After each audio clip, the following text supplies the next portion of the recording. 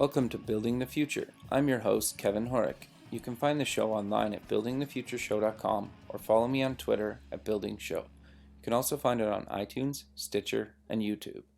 I'm excited to announce that I am now a brand ambassador for the Business Rock Summit in Manchester, England, April 21st and 22nd, where Steve Wozniak is headlining. More details at business-rocks.com.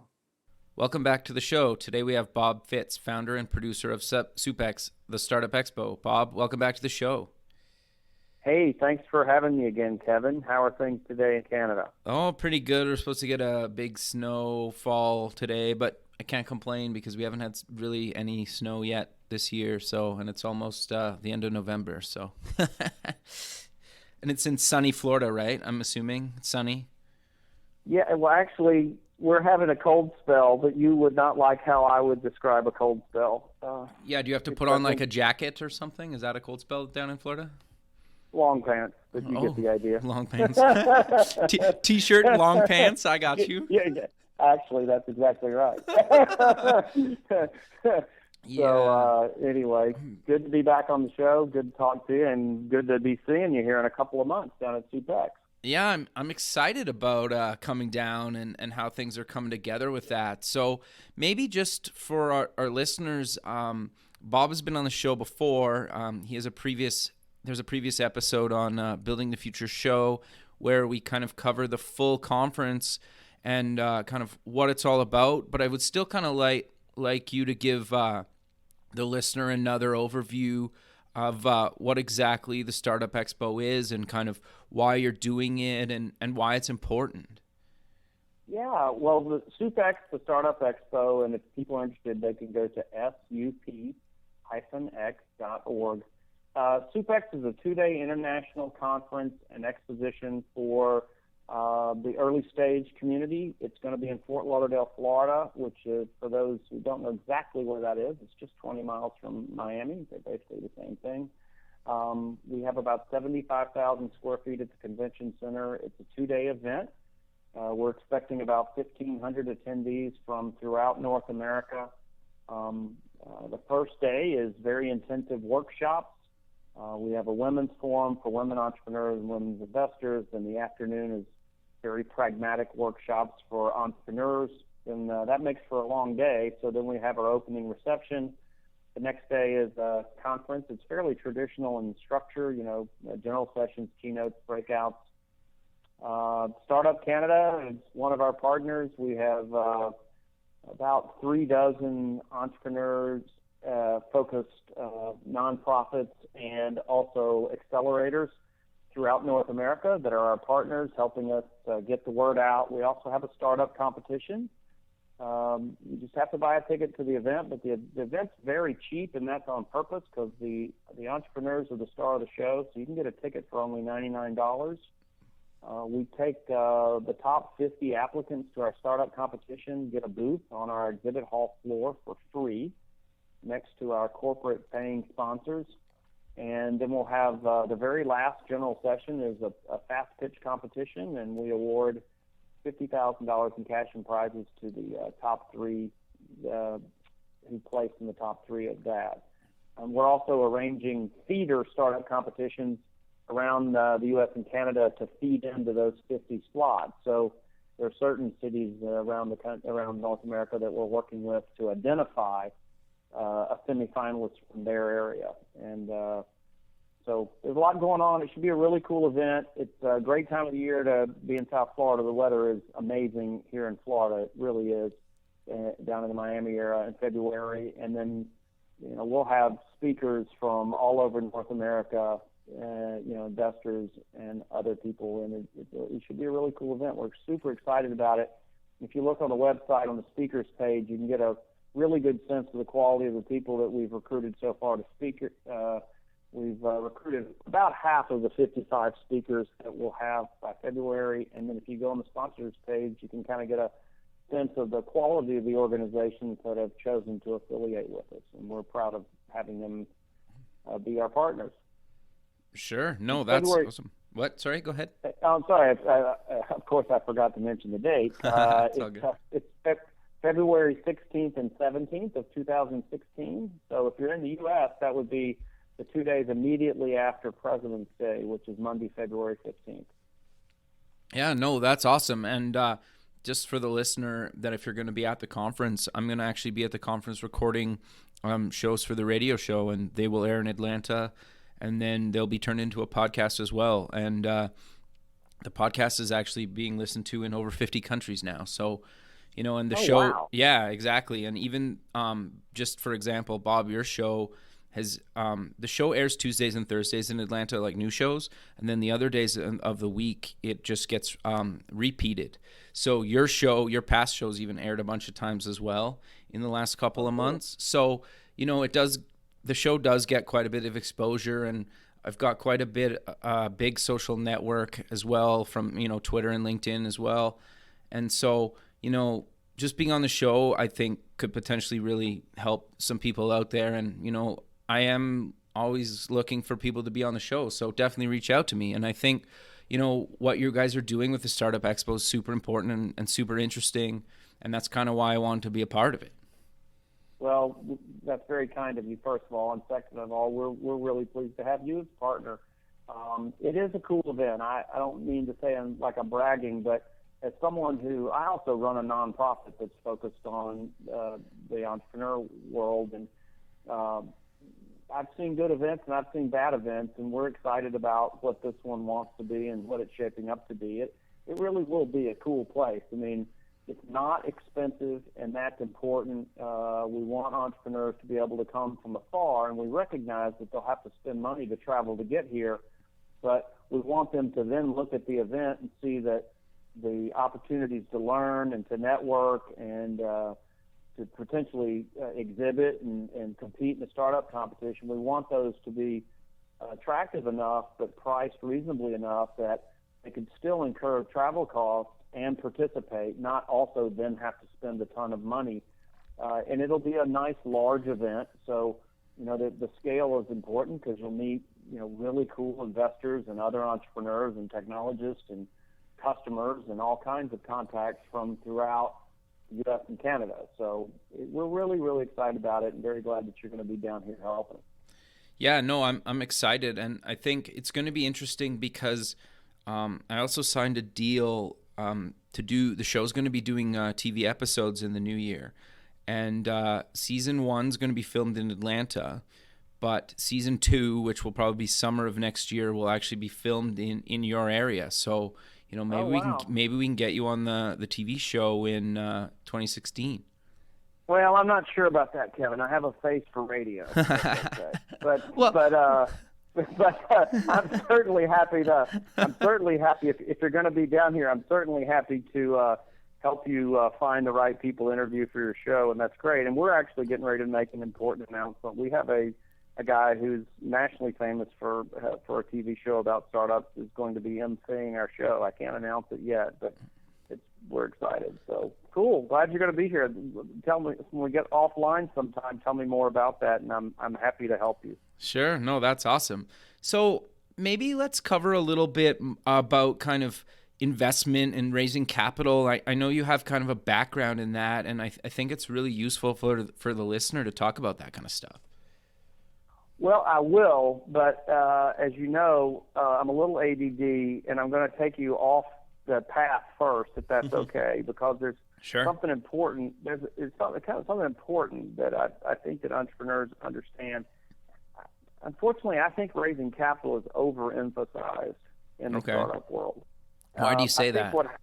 Well, because I think people see stories of Mark Zuckerberg and, you know, the gal at Theranos who's now in a little bit of trouble.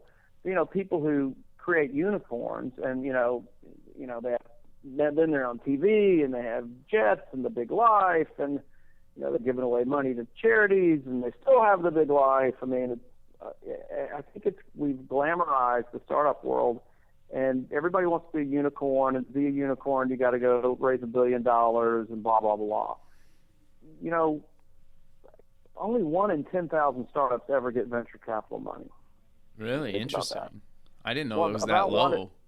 Yeah, it's that low, and you can go to the Angel Resource Institute or others, and there's people have their own research, but whether it's 1 in 10,000 or 1 in 1,000, it's not 1 in 100. It's not 1 in 10, and I think people think it is. Now, when I say these things, keep in mind that my full-time job, occupation, and passion is the startup world, so I never want to diminish enthusiasm, but I do think a dose of reality is important. And Sure. You needn't build the next Facebook or Google to create an incredibly cool company, So, and there's so much emphasis on raising money that I think what some people think is, I put together a plan, and it's a really cool plan, and I'll put it on a piece of paper, and then I'll go raise money around it, and then we'll do everything. And that couldn't be further from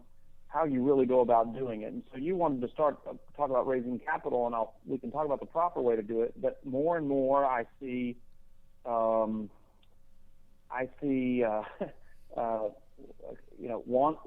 we call now wantrepreneurs. Yep. We see wantrepreneurs who really just want to hang out in the co-work space and act like they're entrepreneurs, and then. And then we see what I call bong hit businesses. Okay. which are like, dude, wouldn't it be great if we had this app where you could make this, gorgeous waitress appear with our Heineken without ever leaving our bar stool? And they're really, and by the way, I see that app about 5 times a year, so it's really an example. I was just not just being funny, but that's hilarious. But so my point is that an idea, a really good idea and a business aren't the same thing. Sure. A really good idea then has to be really, really scrutinized and poked holes in by a lot of other smart people who've got a lot more experience than you, and it really has to be vetted and then eventually, tested, and we'll talk about this more as we start talking about the capital raising process, but it's not the same thing. And so when I say that we overemphasize the capital raising piece, I say that because what I also want to say is that most startups should not even think about getting into the business unless they're willing to bootstrap it themselves for 1 to 3 years, working part-time at night and on weekends until they've validated the concept, built out the model, put together some mode of infrastructure, and created, if not the basis for traction, actual traction before they go raise money. And so they're putting in their own sweat equity, literally, and their own money, and then friends and family money. And if they're not willing to do that, then they are kind of entrepreneurs. They've watched too many Shark Tank episodes. They need to step away from the Kool-Aid. Interesting. Yeah. It's interesting that you say that, because so many people give you advice that you need to quit your full-time job and give it all. And, there's a lot of stuff in the media over the last couple of years where that's ruined people's lives because they've spent everything and it just never went anywhere. Well, look, you're a reasonably smart guy. I'm a reasonably smart guy. I'm not a genius. I know. Neither am I. I know that I'm smart enough to know that I'm not. And guess what? I know lots of really, really smart people who are way smarter than them. And almost all of them aren't geniuses either. Yeah, fair. So unless you're a genius and you have come across you have just a phenomenal idea that in terms of the development of intellectual property. I mean, it is really game-changing. Most people are going to come up with some pretty cool businesses that have commercial potential, but they're not going to be Uber, and that's okay. I don't think everyone has to be Uber in order to create a good business. Sure. So I do think that as a result of that, the reality is that no one, unless you are that needle in a haystack genius, and you should be honest with yourself. If you're listening to this, more than likely you're not, and that's okay. You can still be really smart without being a genius.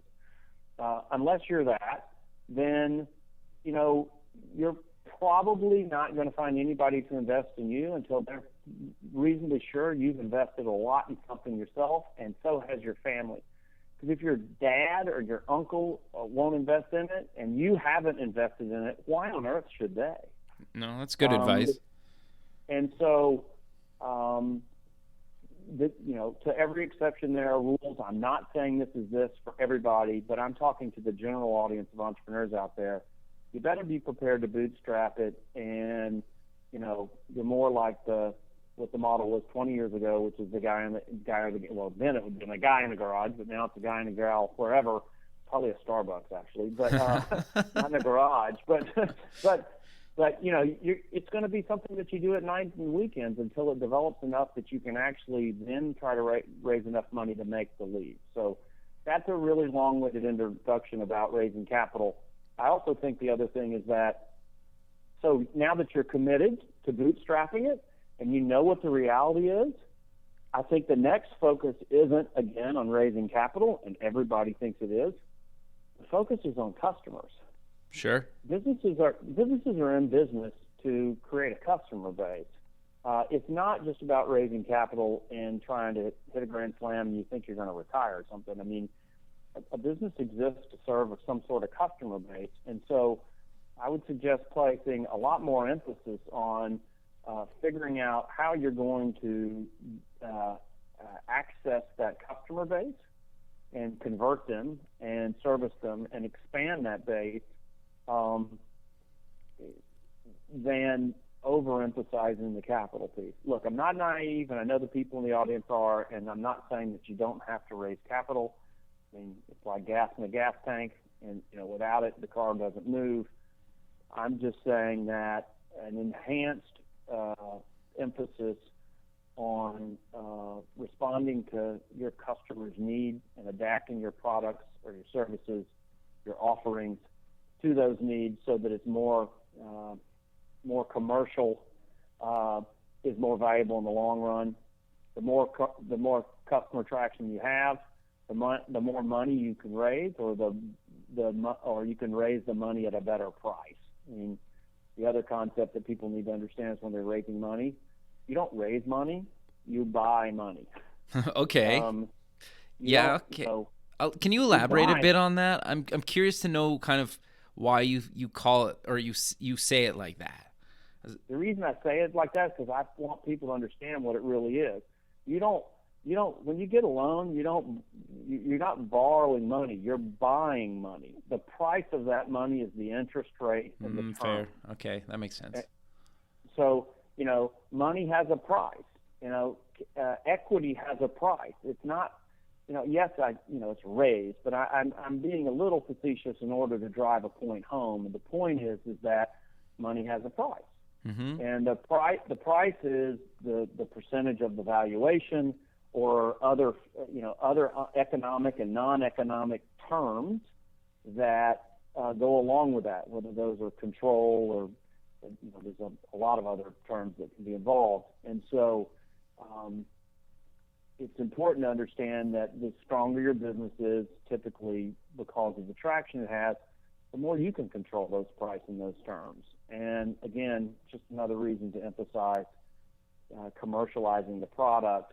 It needs to be a higher emphasis than the one that the startup world kind of glamorizes about raising capital and being on Shark Tank and creating the next unicorn. So look, that's my old guy speech, Kevin. You got a 10-minute answer before. We're not even talking about raising capital, but that was that's the long-winded caveat that I wish people would pay more attention to. But I think that's good advice.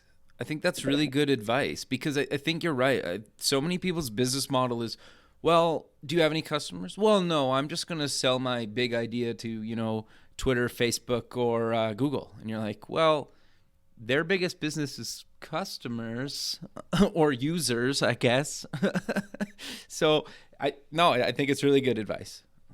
Well, we'd all have great businesses if someone would give us a $50 million marketing budget, now wouldn't we? Sure, of course. I mean, so, and one other concept to understand to people about how their ideas in the venture world work. Not angel, but like venture, So just so people understand, Do you the maybe want to progression cover here, what the difference Yeah. between venture and angel is? I think some people don't really understand that.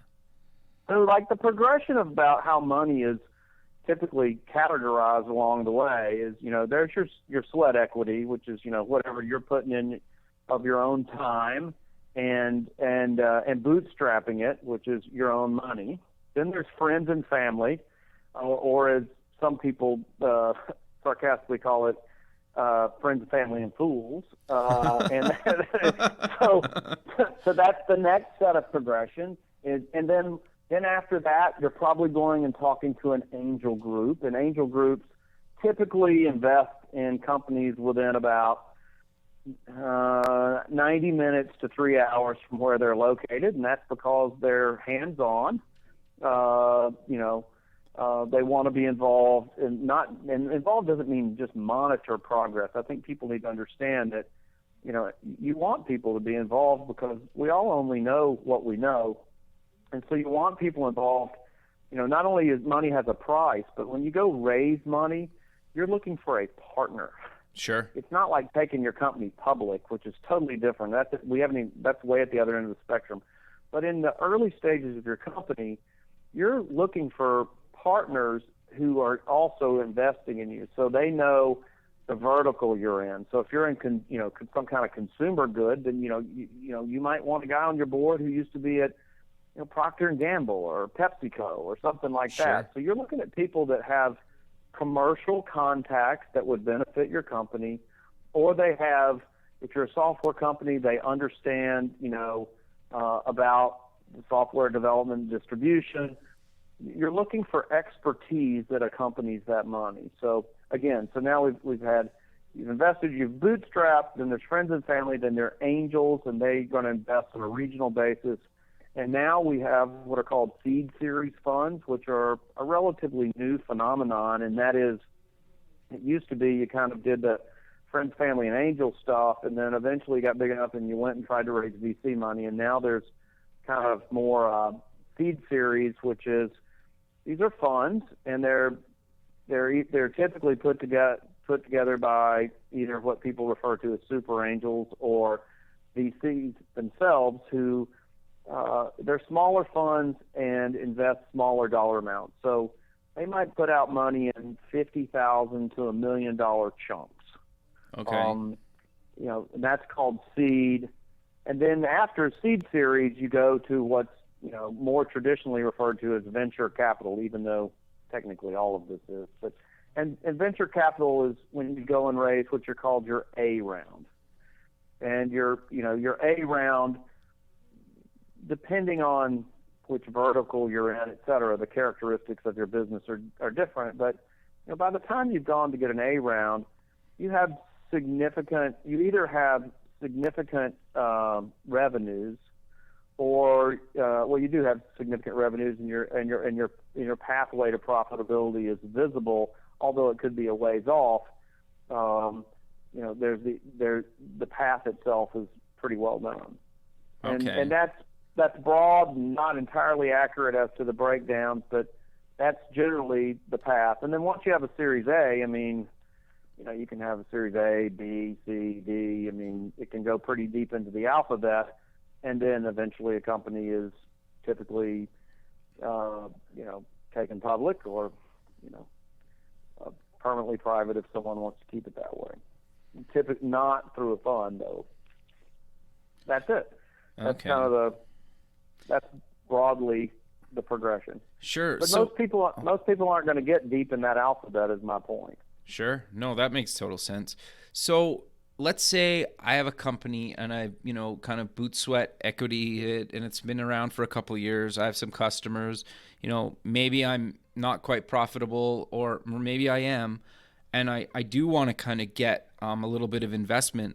What do investors kind of want to see at that kind of early stages? And maybe we cover kind of what investors want to see at each one of the kind of investment stages. Sure. So you've done the friends and family thing, and you've raised say $50,000, and you've put your own money in it.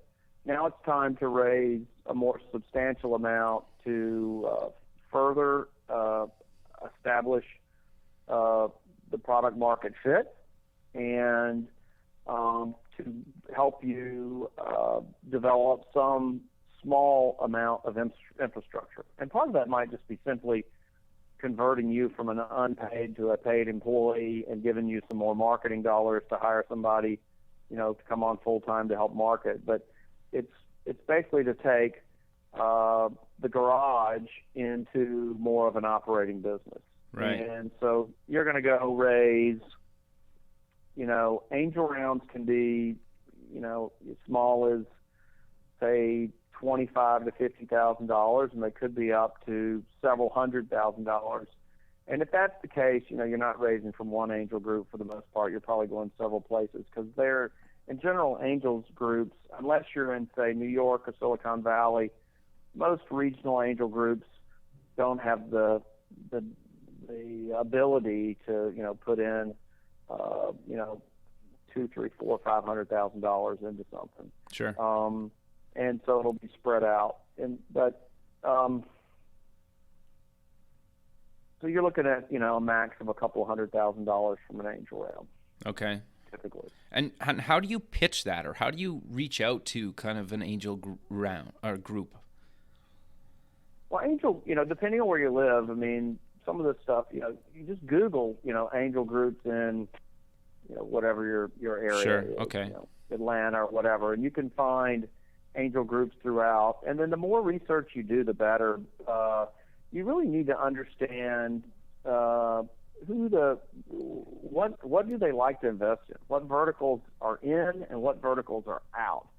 It does no good for you to have a medical device company idea, and you're going and trying to raise money from a company that doesn't do medical devices. So Sure. do a little bit of research, find out who the groups are, read their website. If it doesn't say explicitly, and it's possible most of them should, if it doesn't say explicitly what they do and don't invest in, call the executive director. Send them an email, find out more. Then you want to find out, what if they do, invest in your vertical. When's the last time they did it? You just want to get a sense of the activity of the organization. Sure. There's some angel groups that are pretty sleepy, and there's some angel groups that are pretty active. You don't want to, you need to be talking to a lot of people in the process because it's a great way to meet people, and people in the angel world are typically benevolent and helpful, and so, making contacts is important, but, you also don't want to spend a lot of time. There's a saying, you fish where the fish are. Well, you don't need to fish where they aren't. So the more that you learn about the group, the better. And so now let's say that you've identified the proper angel group and it's time to start talking to them. Usually just the conversation happens in a couple of ways. First of all, it's important that a warm introduction, like most things in life, is a lot easier than a cold introduction. Sure. So if you know somebody that knows somebody, and they can take a look, that's helpful. But I will say that a lot of the angel groups that are really busy, unless you really know someone really closely who's on the board and you get them to kind of almost sponsor your or champion, I guess is a better term, champion your deal. Most angel groups in at least large cities are so active, they see hundreds and hundreds of deals a year that unless you have a really strong relationship where someone can spend time with you personally and decide that they're interested in the deal for their group or even themselves personally and champion it to the group to at least let you come pitch. And that's hard to do because most people aren't going to have those relationships. Most of these groups are so busy that they'll do one of two things. They'll say, okay, email us a pitch deck, and I'll explain about pitch decks in a minute. Okay. Or they'll say, oh, well, go apply to our Gust portal, for instance. Gust is a online angel community investment tool, that portal really, that just a huge percentage of angel groups in the United States use, and there's others, Venture 360, et cetera. But basically, it's a online template that you fill out that captures, really critical data about your business, and then these groups or their executive director look at all the people that have applied that month, and they say, okay, well, out of those, 100, let these 8 or 10 look pretty good. Maybe we'll have, half of those come pitch this month. And this again is the reason why, if you do have warm relationships, it's important. The amount of deals that come at people is staggering, and they have a hard time sifting through them. Sure. So just keep in mind that it's hard to get in front of these. So that's the Gus portal. Now, some groups will say, send us a deck, a pitch deck. Mm-hmm. And, a pitch deck, you can Google what's in a good pitch deck, how to do a good pitch deck, et cetera. So it's not hard to find how to do this, which is amazing because how crappy most pitches are. They're really bad, and they needn't be when there's so many examples out there of what a good deck should look like. But most of them are not good. Now, sometimes they're not good because the person running the business doesn't have kind of marketing and presentation skills. So you might have a guy who's a great software developer who's got a great idea, and it really is great, but that person is, kind of probably of an engineering or technical perspective and hasn't put together a lot of presentations in some cases. And the problem with that is that a lot of good ideas will not get seen as a result of that. So someone involved in your process needs to know how to put together a decent deck. So what is a decent deck? Wait, deck should sorry never be... to interrupt you, but I'm curious then, would you potentially get somebody else to pitch your company if you're not very good at public speaking? I don't think so, and No. the reason is that you're just gonna look. If you're going to be a business owner, there's many things you're going to have to be, and being better at presentations is one of them you're going to have to learn how to be. Now, you might need to have.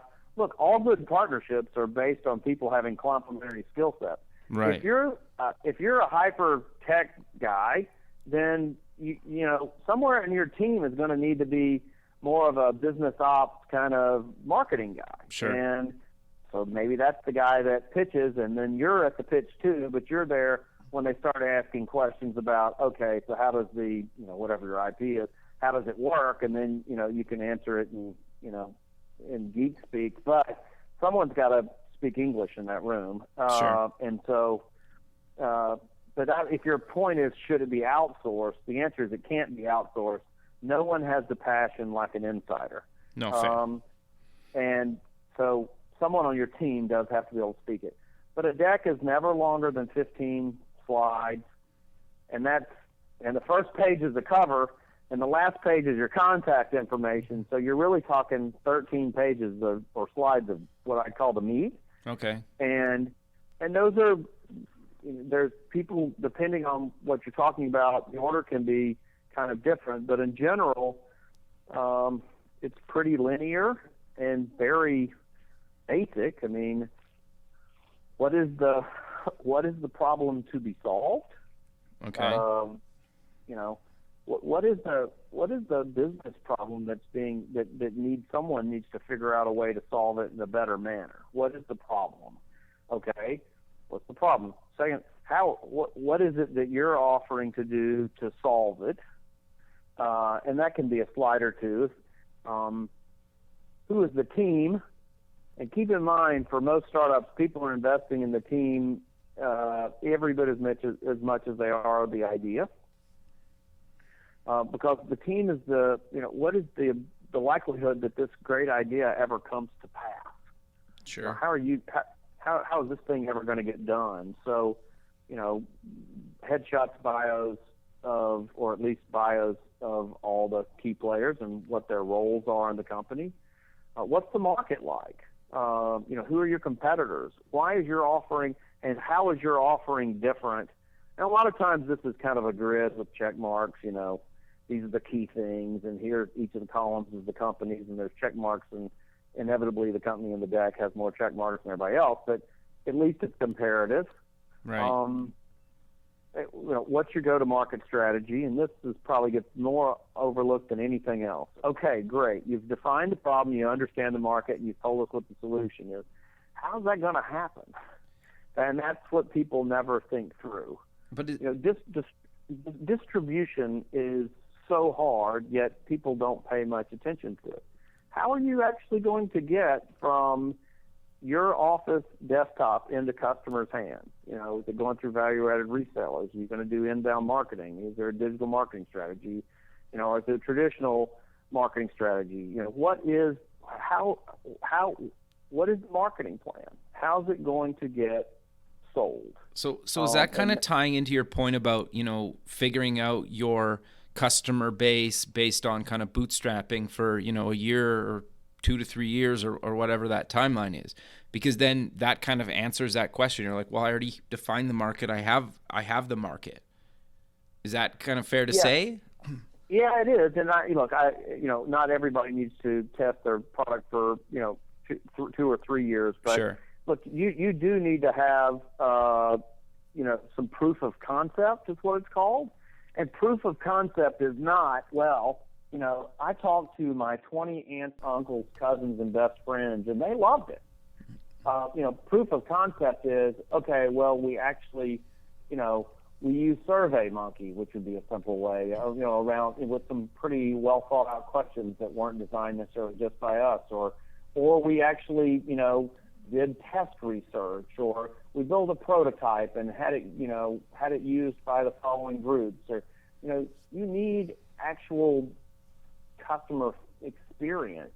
Your investors are going to want to see that, and the more proof of concept, the more viable you are, the more investable you are. You need that too. Forget the investors. You need the feedback of that experience. But anyway, the go-to-market strategy section of most decks is what's overlooked the most, and it's what I think most entrepreneurs overlook, and that is, okay, how does nifty idea get converted to cash? Sure. And it's much, much harder than people think. So your go-to-market strategy, and then also, what are the economics of all this? Your deck should at least have kind of a high-level plan, say a 3 to 5 year outlook with, 10 to 15 line items on it of revenues and expenses. It doesn't have to be, 50. It needs to be more than 3. Okay. And then it shows the progression of growth and, in your revenues or your key number of customers or adoptions. You need to understand what the right metrics are about your business. And some of them can be soft. That's okay. But it needs to be more than eyeballs. And some of it needs to be hard. It needs to be actual numbers. Everyone understands that your numbers are wrong. Right. Everybody gets that. Your projections are always wrong, but they need to be intellectually defensible. Okay, no, that makes sense. They need to be these are intelligent, well thought through plans that are based on reasonable, good assumptions. Look, there's a bit of a marketing game that goes on with this page, and it's kind of a double-edged sword. The truth of the matter is that there needs to be enough activity in those projections over a 5-year period that it excites people. It needs to move their needle, so to speak. Fair. And so, you are marketing a little bit here. On the other hand, I saw a deck recently where the person showed, I think it was 10 times growth 5 years in a row. I'm not good at math, whatever that is. It's just crazy. And that was across, the revenue metric and the customers adopted. It was just, went from 4 people to 400,000 in 4 years or something. And that's laughable. And so you kind of have to, you need to be sensible. It needs to be sensible based off some intelligent assumptions.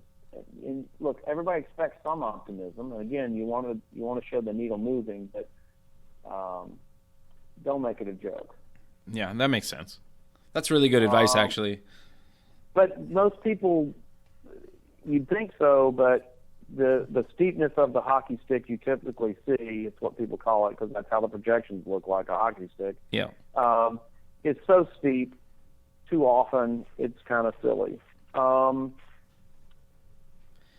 trying to think what I missed. I mean, those are the key components, really. And then the other thing is, what's the ask?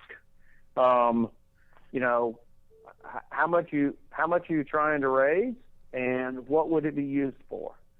So Sure. if you're raising $500,000, where would the $5,000 go? $500,000, excuse me, and over what period of time would it be used, and what for? Now you don't need to put 20 line items of the what for, but don't just say marketing. You know, it needs to have a little more depth than that, where the investor will understand. Okay, this is how the money's going to be used. Sure, that makes sense. So, And it's interesting to me because like what you just talked about, I watch Shark Tank pretty much weekly, and it is interesting to me how many people kind of just blow this whole thing. You're right, and like sometimes the sharks just tear them apart because they're like, there's no way our company's worth anything, or and they're saying it's worth $4 million or something. Well, the producers know that, and Sure. they have to bring on a couple of bozos or people that look like they would be more appropriately contestants on The Price is Right than these hyper enthusiastic people in costumes, and who have some loony idea about something, because that adds to the entertainment value. But you'd be surprised, that aside, you'd be surprised how even in normal angel meetings, some of the ideas aren't as vetted as you would have expected. Interesting. Huh. Oh, that's a lot to consume. I'm just trying to think about this as we, kind of talk about this, and just kind of, just in my own experience, it's interesting how you talk about this stuff, and how important it really is to make sure that when you're pitching, you need to make sure that you've, done your homework, done your research. And I think one of the big things that people forget is, and you mentioned earlier, is make sure you do your research on people who are looking to invest, because you're right. If they don't invest in medical devices and you're looking to do something in the medical space, you might have missed the boat. But I find some people just want to get money from anybody, and they don't really care, and they don't really realize that could be really hurtful to their business. Yeah, you only have so much time, so, do your own research. The other reason I'd tell you to do your research, besides making sure that you're pitching to the appropriate group for you, is, again, this is back what I'm saying before, at that stage, you're not just looking for money. You're looking for the right partner. Whoever invests in you is going to be pretty involved in your business. Sure. They'll have a board seat. They're going to want to meet with you frequently. You're going to want to meet with them frequently. You want their commercial connections, their advice. You're just not. It's unrealistic for people to think that the way the process works is you raise money and they give you money, and then you send them financial reports, and that's it. You really don't want that, even though you might think you do, and that's not how it really works, even if you wanted it to work that way.